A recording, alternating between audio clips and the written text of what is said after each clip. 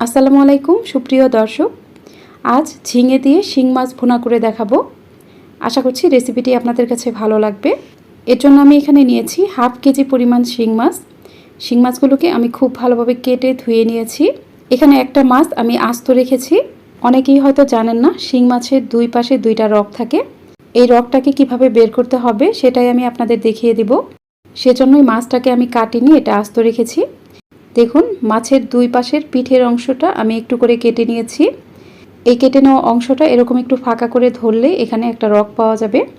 এখানে দুই পাশে দুইটা রগ দেখবেন, রগটাকে আলতো হাতে টেনে বের করে ফেলবেন। অবশ্যই শিং মাছের রগটা ফেলতে হবে। এখন আমি এই মাছটাকে টুকরা করে কেটে নিব। এরপর আমি এই শিং মাছ রান্না করার জন্য এখানে কিছু ঝিঙ্গে নিয়েছি। এই ঝিঙ্গে দিয়ে শিং মাছ ভুনা করলে খেতে অনেক ভালো লাগে। এখানে আমি প্রায় হাফ কেজি পরিমাণ ঝিঙ্গে নিয়েছি। এগুলোর উপরের খোসাটা আমি ছাড়িয়ে নিয়েছি। দেখুন, খোসাটা ছাড়িয়ে নেওয়ার পর এখানে এরকম সবুজ অংশটা আছে। এবার এই ঝিঙ্গেগুলোকে আমি কেটে নিব। ঝিঙ্গেগুলো কেটে নিয়েছি। ঝিঙ্গেগুলোর মাঝখানে একটা ফালি করে তারপর এগুলো এরকম পাতলা করে কেটে নিয়েছি। এবার এটা রান্না করতে চলে যাব। প্যানে কিছুটা তেল দিয়ে দিব। তেলটা গরম হয়ে গেলে এখানে প্রায় 1 কাপ পরিমাণ পেঁয়াজ কুচি দিয়ে দিব। পেঁয়াজ কুচিটাকে ভালোভাবে ভেজে নেব। পেঁয়াজ কুচিগুলোকে আমি হালকা ব্রাউন কালার করে ভেজে নেব। পেঁয়াজ কুচিগুলো যখন এরকম হালকা ব্রাউন কালার হয়ে যাবে তখন আমি এখানে দিয়ে দিব প্রায় হাফ চা চামচ পরিমাণ রসুন বাটা। এই রসুন বাটাটাকে পেঁয়াজের সাথে খুব ভালোভাবে ভেজে নেব। রসুন বাটাটা পেঁয়াজ কুচির সাথে ভালোভাবে ভেজে নেওয়ার পর আমি এখানে গুঁড়া মশলা অ্যাড করব, তাই এখানে কিছুটা পানি দিয়ে দিব।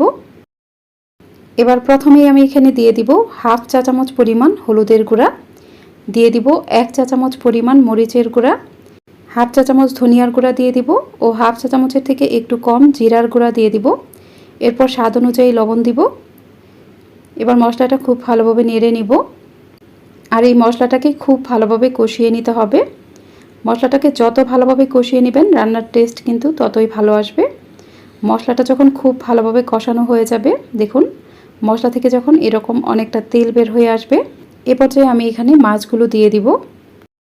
মাছগুলোকে মশলার সাথে খুব ভালোভাবে নেড়ে নিব। মাছগুলোকে মশলার সাথে ভালোভাবে নেড়ে নেওয়ার পর আমি এখানে কিছুটা পানি দিয়ে দিব। এবার এই মাছগুলোকে ভালোভাবে কষিয়ে নিব। প্যানটা ঢাকবো না, ঢাকনা খুলেই মাছগুলোকে কষিয়ে নিব। এই মাছগুলো যখন খুব ভালোভাবে কষানো হয়ে যাবে তখন আমি এগুলো উঠিয়ে নেব। সবগুলো মাছ আমি একটা বাটিতে উঠিয়ে নিব। সবগুলো মাছ উঠিয়ে নেওয়ার পর বাকি মশলার মাঝে আমি কেটে নেওয়া ঝিঙ্গেগুলো দিয়ে দিব। ঝিঙ্গেগুলোকে মশলার সাথে ভালোভাবে নেড়ে মিশিয়ে নেওয়ার পর প্যানটা ঢেকে দিব। কিছুক্ষণ পর ঢাকনাটা খুলে নিব। দেখুন, ঝিঙ্গে থেকে কিন্তু অনেকটা পানি উঠে এসেছে। এখানে আর এক্সট্রা কোনো পানি দেওয়ার প্রয়োজন নেই। ঝিঙে থেকে উঠে আসা পানি দিয়েই কিন্তু এই রান্নাটা হয়ে যাবে। ঝিঙেটাকে একটু ভালোভাবে নেড়ে নেওয়ার পর আমি এখানে মাছগুলো দিয়ে দিব। মাছ দেওয়ার পর সব কিছু একটু ভালোভাবে নেড়ে মিশিয়ে নেওয়ার পর প্যানটা আবারও ঢেকে দিব। প্রায় 4 থেকে 5 মিনিট পর ঢাকনাটা খুলে নিব।